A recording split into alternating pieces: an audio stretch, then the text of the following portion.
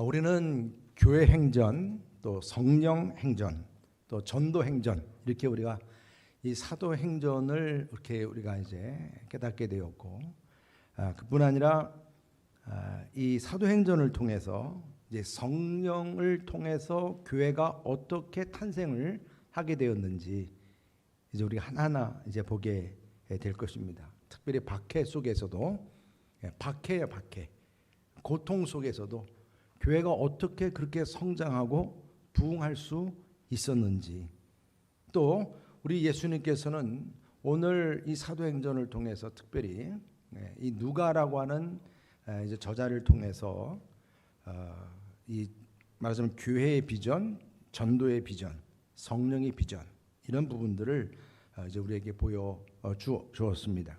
예수님께서는 바로 그 교회죠. 사도행전적인 교회. 그러니까 우리는 이 사도행전 말씀이 상당히 우리들에게 이제 교회가 어떻게 세워지게 됐는지에 대한 궁금증을 하나하나 이제 풀어갈 수 있는 귀한 말씀입니다. 그래서 이 말씀을 통해서 우리는 중요한 세 가지 비전을 1절부터 8절까지 이제 우리가 보게 된 겁니다. 하나는 뭐냐면 구원의 비전입니다. 구원의 복음의 비전. 그러니까 구원의 복음의 비전이다 그러면 예수님의 생애를 생각하시면 돼요. 예수님의 생애. 그분의 죽으심과 부활과 승천입니다. 우리 1:1 제자 양육 공부를 할 때 제일 첫 번째 시작하는 공부가 바로 예수님의 생애인 것처럼, 그래서 예수님의 생애 자체가 복음입니다. 그리고 또한 우리의 그 모든 이 사도행전의 말씀도 그렇지만 우리의 신앙생활의 중요한 핵심이 바로 복음이죠. 그리고 두 번째 비전은 하나님 나라의 비전입니다. 예수님께서 부활하시고 바로 승천 안 하시고 40일 동안 제자들에게 보이시며 그랬어요. 보이시며 하나님 나라의 일을 말씀하시느라. 하나님의 나라, 바로 이 하나님의 나라가 예수님께서 가르칠 때도 그랬지만 그분이 직접 보여주신 면도 그랬고, 이렇게 40일 동안이나 남아서 마지막 가르친 핵심 교훈이 하나님의 나라였다. 그리고 이제 마지막 세 번째 비전은 바로 성령 세례를 받는 비전입니다. 성령의 비전입니다. 그러니까 예수님께서 이제 성령 승천하심으로 인해서 예수님은 이 팔레스틴이라고 하는 이 이스라엘 땅 그 안에 국한된 존재가 이젠 되지 않고, 승천하심으로 인해서 이제 성령님으로 그분은 모든 민족을 구원하는 비전과 또 하나님의 나라의 비전이 이루어지게 된 것입니다. 그래서 우리가 이 누가복음의 말씀을 이제 이렇게 보면서 이 누가는 점점 우리의 시선을 예수 그리스도의 생애에서부터 하나님의 나라에서 이제 성령님으로 집중하게 하는 것을 볼 수가 있습니다. 몇 날이 못되어 성령인 이제 너에게 임한다, 성령 세례가 임한다, 이렇게 말씀을 주셨던 것처럼, 그래서 오로지 성령이 임하심으로 바로 이 사도행전의 교회가 시작이 되었다. 그랬기 때문이다. 그래서 사도행전적인 교회를 위해서 아버지께서 약속하신 성령님, 그분이 오실 때 어떤 일이 일어나는가? 여러분, 이 초대교회 당시에 이렇게 성령님이 임함으로써 주어진 중요한 이 세 가지 부분을 오늘 말씀하고 있는 겁니다. 그 첫 번째가 뭐냐면 하나님의 나라와 때를 바르게 알게 한다는 거예요. 오해를 풀게 했어요. 오해를. 성령님께서 바로 그 일을 하신 겁니다. 예수님의 탄생부터 이미 오해가 시작이 됐습니다. 소동이 일어났어요. 예수님의 탄생이 어떻게 메시아의 탄생이냐, 막 이런 얘기부터 시작을 해서 가족들부터도 친지들도 그렇고 뭐 종교인들도 그렇고 다 모두들이 이 예수님의 탄생을 인정할 수가 없었던 거죠. 이해할 수가 없었던 거예요. 제자들도 예수님을 따라다니면서도 막상 예수님께 십자가에 죽는다, 주님은 그 일 때문에 오셨는데도 십자가에 죽는다는 말 듣고 사도 베드로부터도 그러면 안 된다고, 그러다 혼났어요. 그죠? 그러니까 예수님께서 이 땅에 오신 것은 제자들조차도 정치적인 메시아니즘에 그 오해에 빠져 있었던 것을 볼 수가 있어요. 그러니까 이것이 맞으면 예수님께 십자가에 이제 죽으시게 된다라고 하는 이런 상황이 주어졌을 때 가룟 유다는 너무나 실망한 나머지 그냥 은 30냥에 예수님을 어떻게 했어요? 팔아 넘겨버렸어요. 그래서 예수님께 십자가에 이제 달리시는 그 순간까지 제자들은요 뿔뿔이 흩어지고 도망가고 베드로는 욕하면서 배반까지 하고 이게 현실이었어요. 이게 예수님을 잘못 오해한 가운데서 일어난 그런 일이었습니다. 성령 받지 못한 그 제자들, 그들이 예수님의 승천 이후, 예수님의 승천하시기 전 40일 동안 부활하신 예수님을 만났어요. 그리고 하나님의 나라에 대한 일을 말씀하신 걸 또 들었어요. 그런데도 오늘 6절에 그 질문한 말씀은 아직 이들은 이 정치적인 메시아니즘에 아직도 빠져 있다는 것을 볼 수가 있습니다. 뭐라고 말씀합니까? 그들이 모였을 때, 지난번 사도들이 함께 모이사 그랬죠? 이 모이는 것부터 이제 교회가 시작된다 그랬어요. 그들이 모였을 때 예수께 여쭈어 이르되 주께서 이스라엘 나라를 회복하심이 이때니까 하니 그랬어요. 지금 예수님께서는 하나님의 나라의 일을 말씀하셨는데 제자들은 지금 끝까지 뭐를 고집해요? 머릿속에서는 로마의 속국이 된 이스라엘 나라가 독립하는 그때가 이제 바로 그날입니까? 며칠이 안 돼요. 몇 날이 안 돼요. 성령으로 세례를 받으리라. 이 말씀을 이렇게 또 이해를 한 거예요. 그러니까 사람은요 다 자기중심적인 거예요. 자기 관심사에 빠지면 상대방 말도 이렇게 들어요. 그냥 임의로 듣는 거예요. 여러분 여기 지금 이 성령의 때, 성령 세례의 뚫을 때를 두고 이스라엘의 독립의 때라고 여기지는 이런 부분들을 보십시오. 예수님과 3년 동안 제자 훈련을 받았던 제자들인데도 그들은 잘못된 생각을 가지고 있는 이 부분에 대해서 예수님께서는 단호하게 이제 지적을 하고 계세요. 그게 7절 말씀이에요. 다시 한번 읽어보겠습니다. 7절 말씀 시작. 이르시되 때와 시기는 아버지께서 자기의 권한에 주셨으니 너희가 알 바 아니요. 알 바가 아니요. 여러분 알 바 아니라고 하는 이 말에 잘 우리가 새겨 들어야 돼요. 알 바가 아니라는 거. 그러니까 우리가 하나님의 일을 할 때 우리의 논리와 우리의 생각과 우리의 구조 속에서 그 하나님의 세상과 하나님의 계획과 하나님의 모든 역사를 아니 토기장이의 그 일을 토기가 뭐라고 막 묻고 따지고 할 수가 있겠어요? 너희가 알 바가 아니요. 토기장이가 만드는데 너희가 알 바가 아니요. 지금 우리 말씀 속에서 그 부분을 깨닫게 되는 거예요. 하나님의 나라와 시간과 공간에 대해서 주님이 말씀하실 때 이들은 그저 자기 생각 속에 그저 빠져있던 이 독립의 때가 그때인가 지금 그렇게 묻고 있는 가운데 있으니 여러분 로마에서 해방이 되어서 뭔가 출세하고 성공하고 자기가 나름대로 잘 사는 나라, 자신들이 만드는 이상적인 나라, 정치인들이 그렇게 막 이 나라를 잘 만들 것처럼 얘기하듯이 그런 차원의 이런 나라처럼 생각하면서 지금 얘기하고 있는 거예요.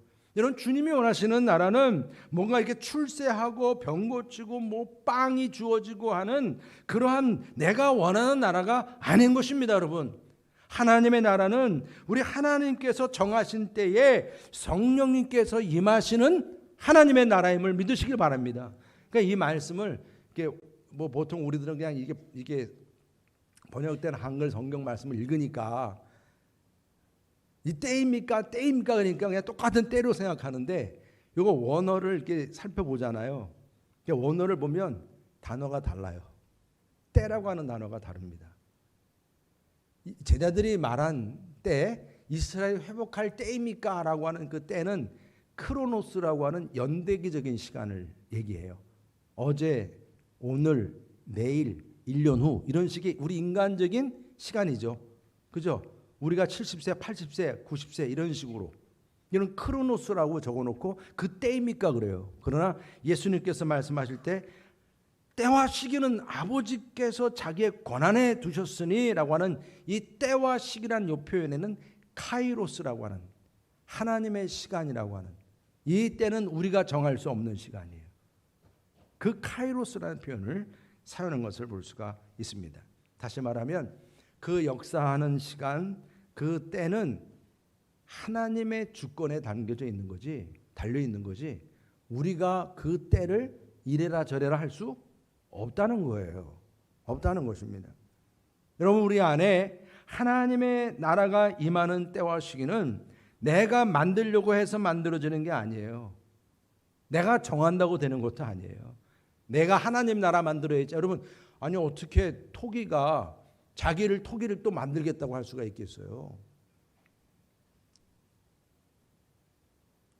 예수님께서 이루신 하나님의 나라의 이 회복이라고 하는 것은 성령 세례를 두고 얘기하는 이 구원의 회복을 말하는 거예요. 구원의 때. 여러분, 내가 언제 구원받았어요? 구원받은 날을 확실하게 아세요?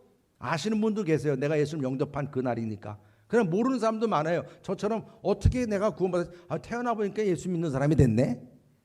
그리고 막 그냥 교회를 열심히 다니다 보니까 어느새 내 안에 주님이 계신 거예요. 내 안에 어떻게 하나님의 나라가 세워졌어요. 막 그렇게 이제 되는 경우가 많아요. 그러니까 이게 실질적으로 성령 세례가 뭐냐라고 물을 때 한마디로 죄를 우리가 회개하고 하나님을 예수님을 내가 주님으로 믿고 신하는 그 순간 성령님이 내 안에 임하게 되고 들어오고, 그래서 성령 세례를 통해서 내 삶의 목적과 방향이 달라지면서 내 삶의 주인 되시는 주님의 뜻대로 살아가면서 뭐가 이루어지는 거예요? 그때부터 뭐가 이루어지는 거예요? 내 나라가 아니라 누구 나라? 하나님의 나라가 이루어지는 거예요. 그래서 우리는 이제 예수를 믿고 성령 세례를 받고 난 후에, 예전에 하나님 안 믿을 때는 하나님이 나하고 무슨 상관이 있어? 막 그리고 하나님 믿으려면 내 주먹이나 믿어라 막 그랬던 사람이 하나님 믿고 난 다음에 하나님 나의 아버지, 나의 아버지 이렇게 고백하게 되는 거예요. 거듭나는 삶이라는 것이 이제는 그 예수님을 통해서 죽음에서 생명으로 옮겼느니라. 이 영원한 생명을 누리게 되었다는 것입니다. 이 세상의 시각에 제한됐던 내 삶이 크로노스적이고 그저 매저 연대기적인 세월이나 그런 시간이나 계산해 나가면서 내가 얼마나 이제 살까 이거나 맨날 살면서 살았던 인생이 이제 하나님의 시간으로 바뀌어버리는 거예요. 땅의 시간이 하늘의 시간으로 바뀌는 거예요. 땅의 공간 속에서만 그저 내가 사는 공간에서, 내가 사는 집에서, 내가 사는 이런 모든 삶의 여건 속에서 그것만 자랑하면서 내가 이렇게 잘 사네 이렇게 생각했던 내 인생이 하늘의 시간과 하늘의 공간을 보는 순간부터 내 삶의 가치가 달라지는 거예요. 초가상간이라도 내가 감사할 줄 아는 믿음이 생기는 거예요. 안 되던 일이 풀리고 평강이 주어지고 평생 교회 나가지 않던 남편이 어느 날 교회에 탁 나오게 되고, 그렇게 내가 기도해도 그냥 부모님 뭐 거기에서 뭐 꿀이 나와요 돈이 나와요 교회를 계속 가냐고 가방 들고 그러던 자녀들이 어느 날 교회 나와요. 이게 하나님의 나라라니까요.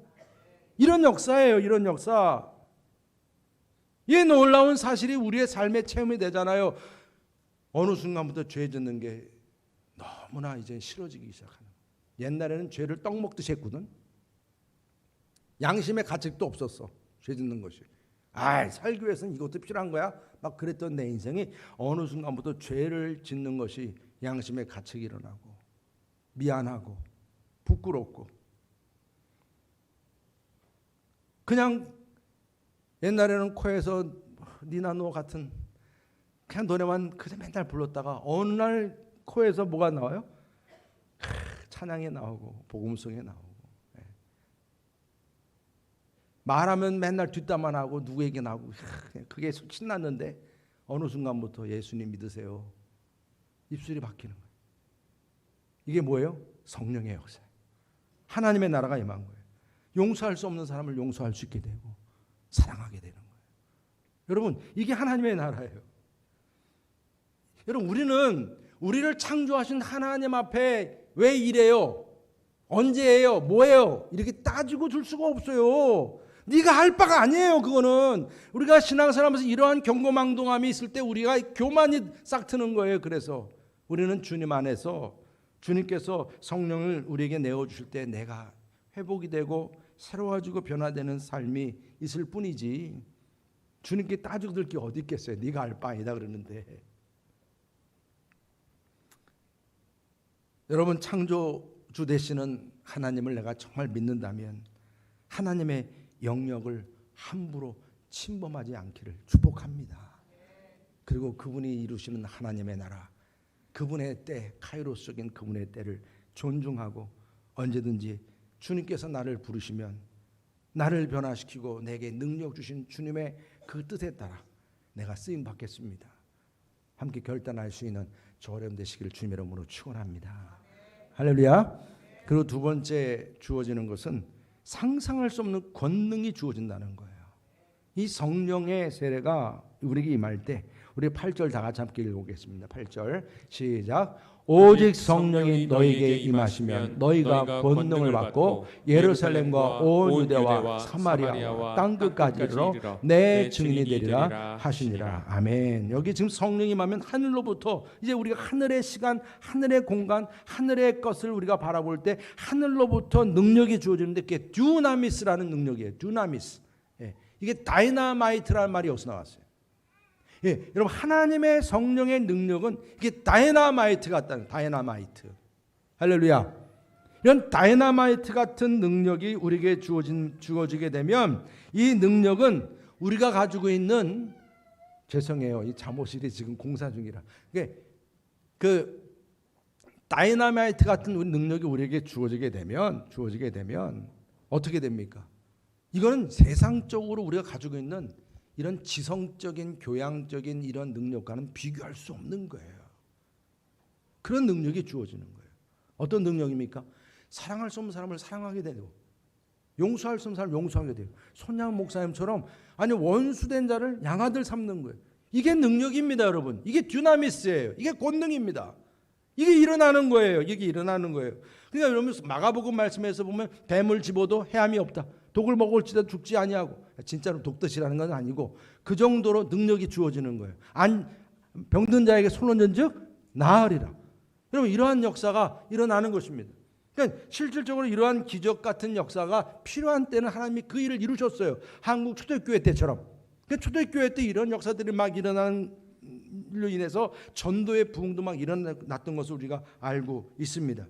그러니까 하늘의 권능은 증인이 되라고 하는 강한 명령이 주어진 거예요. 그래서 이거는 이 권능을 받은 사람은 증인이 돼도 되고 안 돼도 되고 당신의 선택입니다. 이건 절대로 있을 수 없어요.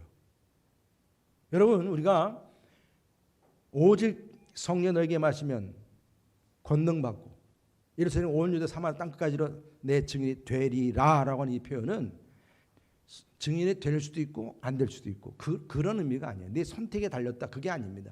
권능을 받으면 당연히 이건 명령이에요. 증인 되라는 거예요. 증인이 될 수밖에 없다는 거예요. 왜요? 권능을 받았기 때문에 내가 가만히 있을 수 없는 거예요. 이 능력은 가만히 있을 수 없게 만들어요. 예수 그리스도의 죽으심과 부활하심과 하나님 나라에 대한 일을 그냥 담대하게 전하게 만드는 거예요. 지옥 갈 영혼들을 보면 불쌍한 거예요. 그들에게 가서 복음을 전하지 않을 수 없는 거예요. 누가 시키지 않아도 내가 그냥 하게 돼 있어요. 하게 돼 있어요. 이게 권능 받은 증거입니다.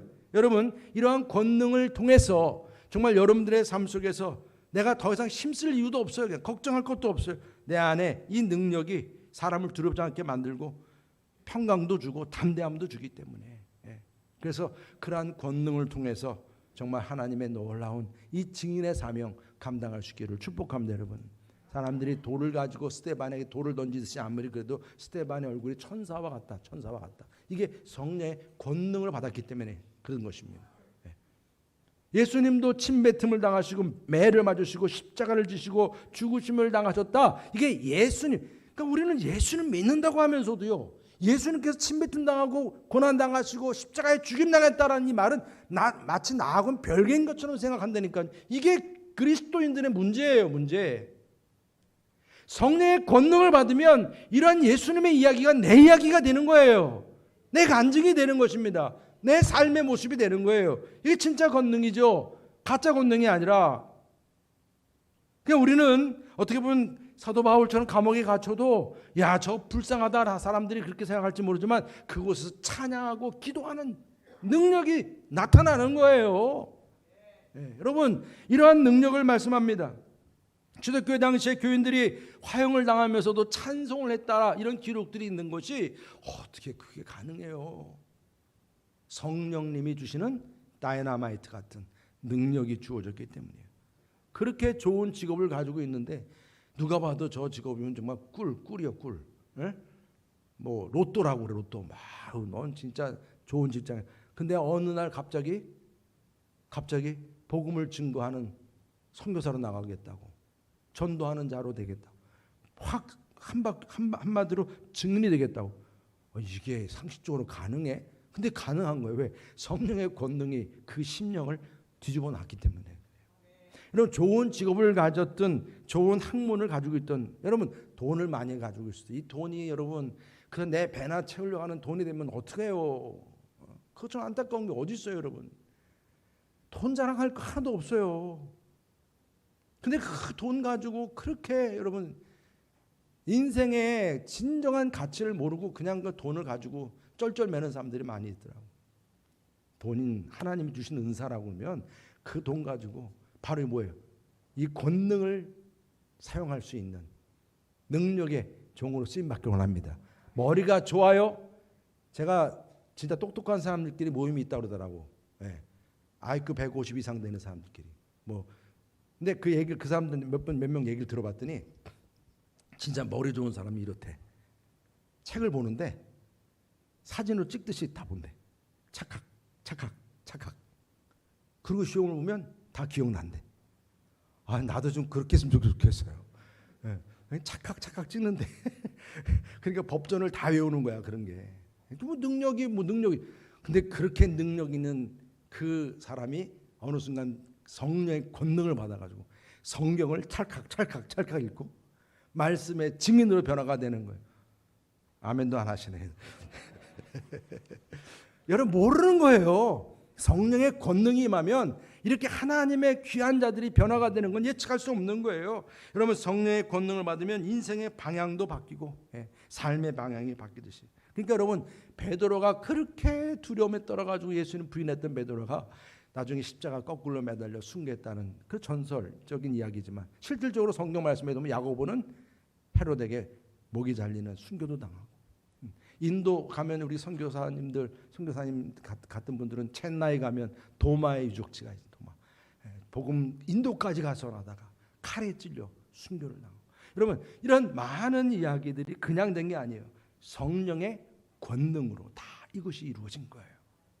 권능 받으면 세상 끝날까지 증인되는 사명 정말 기적 같은 능력도 우리가 체험하고 그런데 여러분 이 권능 얘기하니까 항상 우리는 어떤 생각만 사로잡혀 있냐면 뭔가 병 고치고 능력 행하고 막 그냥 변화가 되는 것만 생각하는데 여러분 능력은요 예수님께서 성육신 하신 것도 능력입니다.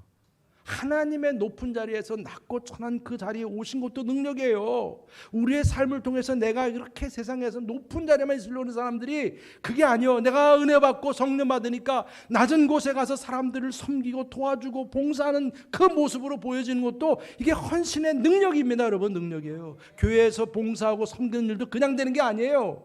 여러분 어떻게 보면 땅끝 전도 하니까 뭐 아프리카 가고 저기 가고 여러분 그것도 땅끝이지만 결국은 땅끝까지 찾아가서 한 바퀴 돌아가 이 지구를 한 바퀴 돌면 어떻게 돼요? 지구가 네모나요? 동그라요?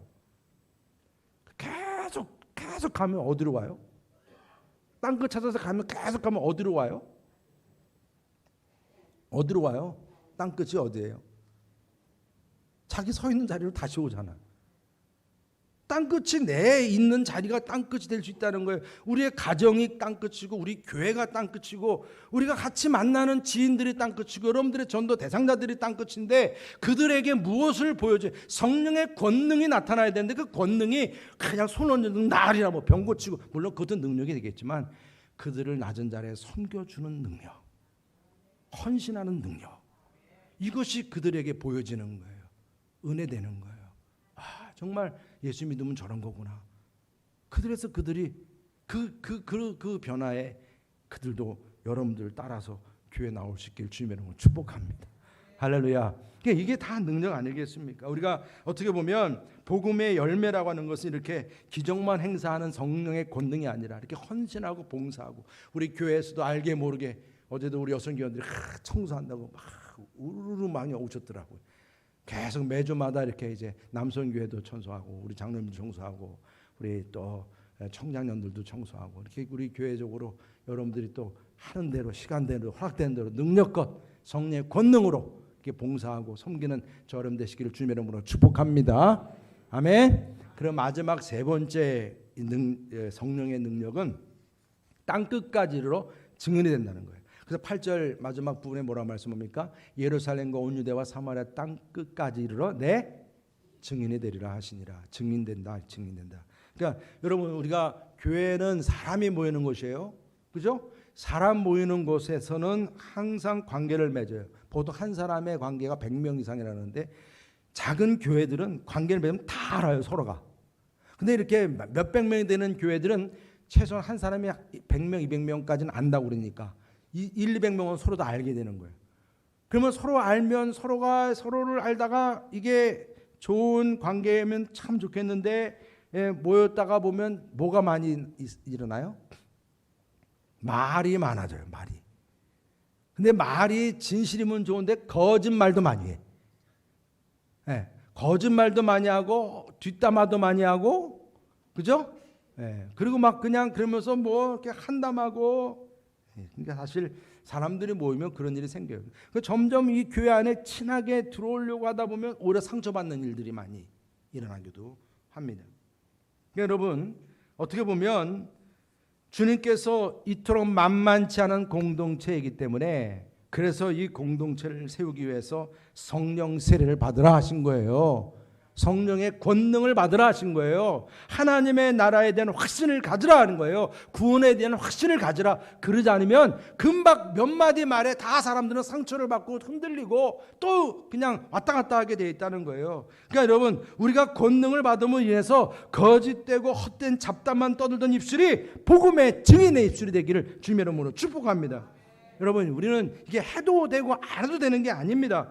증인이라고 하는 이 법률적인 용어 차원에서도 보면 법정에서 변호사나 검사가 당신은 증인이 돼야 합니다. 그러면 뭔가 보았고 뭔가 들었고 아는 게 있다는 거예요.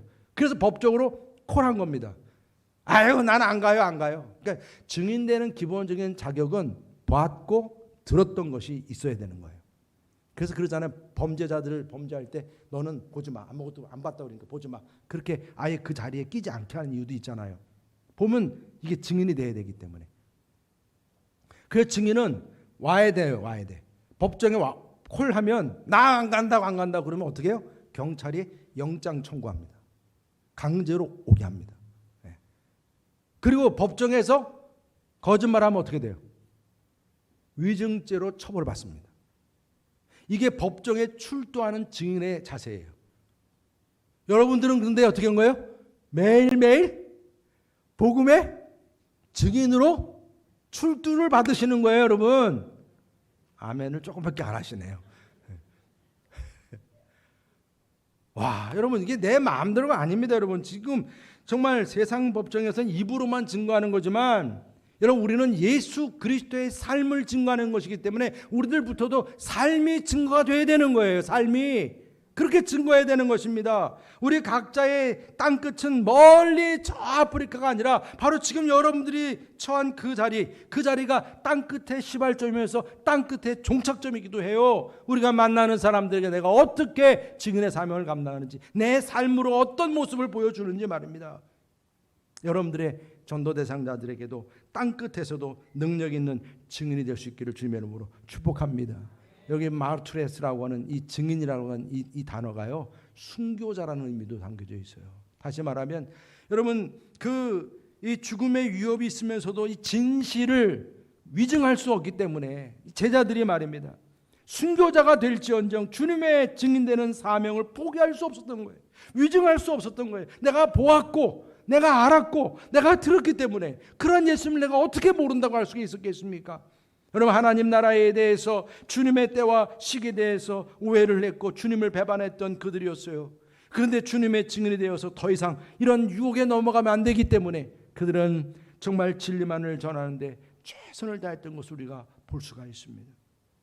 여러분, 성령의 권능을 받은 우리들 역시 각자 서로가 서로에게, 이제 땅끝이 바로 우리들끼리 땅끝이니까 우리들끼리도 서로 증인으로 살아가지 않는다면 교회는요, 그저 뒷담만 하고 자기 자랑만 하고 그냥 말잔치만 있는 그런 공동체가 되고 말 것입니다. 그게 아니에요. 우리가 증인이 되어서 정말 성령의 능력으로 그저 우리는 정말 땅끝을 생각하면서 서로가 증인이 되어서 살아가는 그러한 삶이 되기를 축복합니다. 여러분, 오직 진리를 위해 살아가는 진리의 등대로서 빛의 사명을 제대로 감당할 수 있는 저 여러분 되시기를 축복합니다. 오늘 주님의 성찬을 받는 이유도 다른 데 있지 않습니다. 주님의 그 빛 증인으로 살아가겠다고 하는 주님의 음성, 그 살아가라고 하는 주님의 음성을 우리가 듣고 다시금 증인으로 살아가겠다고 결단할 수 있는 그런 귀한 시간 되시기를 주님의 이름으로 축복합니다. 기도하시겠습니다.